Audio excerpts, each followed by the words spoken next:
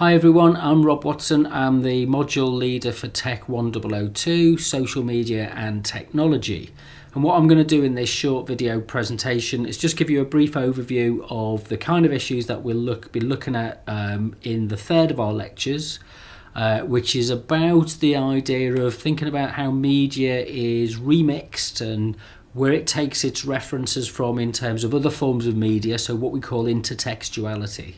And I'm going to do this like I did last week when we were talking about McLuhan and the global village. I'm going to do this on the basis of showing lots of clips and lots of media clips, and I'm going to relate it to some popular cultural issues that have been around within certainly British culture and American culture, media culture, in the latter part of the 1960s and 70s, and that kind of relates to things like the art movement, pop art. And particularly we're going to look at a band which is a favourite of mine, which is the band Roxy Music, and look at the way that they shaped and defined the use of style and images in order to be able to, they kind of reworked and remade styles and images. They remade and they remodelled the kind of image of the pop star, if you like, and they took it in a direction which was a comment on contemporary media culture, really, about the kind of artificial nature of representation.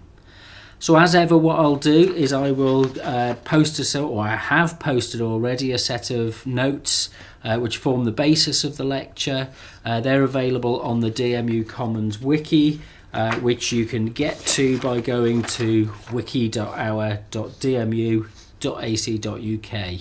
And you'll be able to download the notes as a PDF document, but you'll be able to convert the PDF document into a Word document if you need to make any adaptations and changes to it. So the notes give an overview. They've got links to any files, media files that are relevant.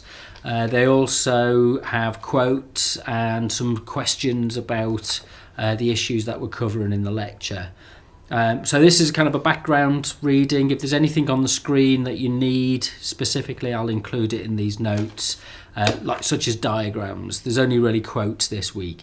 So when you get to the lecture, you've got a couple of options, I suppose, in terms of your own note taking. And I think it's a really valuable skill and habit. I mean, that's a really word that we don't use enough, I suppose, but it's a really important habit to be able to listen and listen through an oral presentation and identify some of the key themes or even the key tones that are raised by the speaker, so that you can, yes, it's okay, you're going to get a lot of detail, background reading, background information anyway, but there's things that kind of fit in between, that slide in between, that we don't want to necessarily stick to the script in a rigid kind of way, and that it sparks thoughts and it sparks debate and discussion. Now we need to be at that particular time taking notes and doing that in a simple way, I think. And I'd recommend actually sticking to using your notebooks to write things down, rather than I tend to write kind of quite a lot of notes in this format, lists sometimes. But I also do mind maps, and I do doodles, and I draw pictures as well, because it's a really useful way to reinforce issues. And if something sparks off in your mind about something to look at in the future, well, you can write it down immediately. And I'd suggest that that's actually a better way of recording and making note of something, rather than sitting and trying to type it on your tablet or your laptop or something like that. I find that kind of, they get in the way to some extent, and actually just being direct, being them. And this is a topic that we can discuss over the coming weeks, about that kind of idea of kind of the medium that is in between our direct experience, if you like. And a tried and tested notebook technique is really important, and also very simple. It's just very, very basic as a way to capture something. So the reading for this week is where have we got it? It's a mess, my desk. Where have we got it?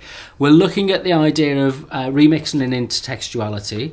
And in the Jones and Hafner book, which is one of the recommended texts, It's chapter 3, hyper reading and hyper writing. So how does the internet, how does the web, how do applications on the web, HTML driven documents, hypertext driven documents, how do they enable us to write in an interactive way rather than in just a linear way, which the book represents?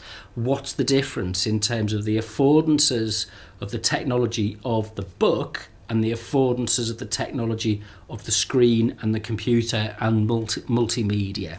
So we're just going to do a bit of kind of thinking around that. It'd be really useful if you've read that in advance. The other thing that I've done is I've put a program onto a link to a program which is really worth watching, and it's about how pop art changed the world. Pop art's that form of movement that kind of Andy Warhol was part of it, Lichtenstein was part of it, and Hamilton was part of it. And just the idea that it kind of, in a very kind of playful way, we see it all around us these days. We think of it as being kind of a natural way of representing the world through art, but it started off here in the late 1960s and 70s and became quite a global movement for art. And where does that come from? So there's a program, and the link takes you to the Learning on Screen site, which is what's called the Box of Broadcasts, Bob it's called. And you can log into this. It's like an iPlayer with an archive of material that you can access based on the archives of what's been broadcast on the BBC and Channel 4 particularly. And it's so programmes that don't appear on all four on their website or on the BBC iPlayer because they're only on there for a short time. They're available as recordings on the Learning on Screen network. So that's learningonscreen.ac.uk, but I'll give you a link and pointers to that in the workshop sessions as well.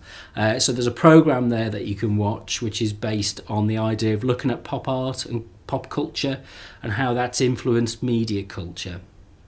So yeah, so bring your notebooks, have a good night's sleep before you come to the lecture. It is a Thursday morning at 9 a.m, so don't stay out too late at the Student Union.